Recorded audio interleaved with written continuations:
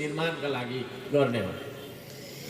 6 दिन पेटको लागि, 1 दिन देशको लागि तपाईले श्रम गर्नै पर्छ।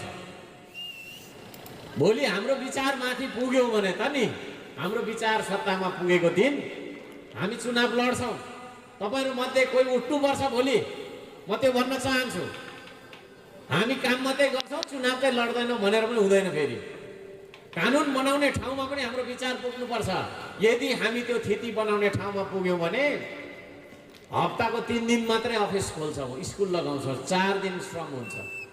उत्पादनको क्षेत्रमा, कृषिको क्षेत्रमा, निर्माणको क्षेत्रमा, आविष्कार र अन्वेषणको क्षेत्रमा 4 दिन हामी श्रम गर्छौँ।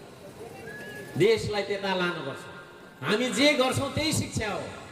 स्कुलमा गएर एक झोला किताब लिएर फल्नाले लेखेको लेसन होइन, उसले कुन साइन्टिस्टले कहिले के लेख्यो त्यो पढ्नुलाई मात्रै एजुकेसन भनिँदैन। हामी के गर्छौँ त? हामी बाँच्नका लागि के गर्दैछौँ त? मेरो छिमेकीलाई मैले सघाउनका लागि मैले के गर्दैछु त?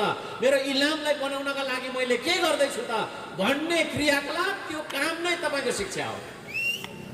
त्यसरी हामीले शिक्षाको परिभाषा, राजनीतिको परिभाषा परिवर्तन गर्ने गरी अब हामी उठ्नुपर्छ। राजनीति भन्ने बित्तिकै पार्टीको झन्डा लिएर अर्को पार्टीको झन्डा बोक्नेलाई विरोध गर्नुलाई राजनीति भनिँदैन है। यो देशको अर्थनीतिलाई उत्पादनसँग र निर्माणसँग जोड्नुपर्छ, जनतालाई निर्माण र चाहिँ उत्पादनसँग जोड्नुपर्छ भन्ने अभियान नै श्रमदानको अभियान हो।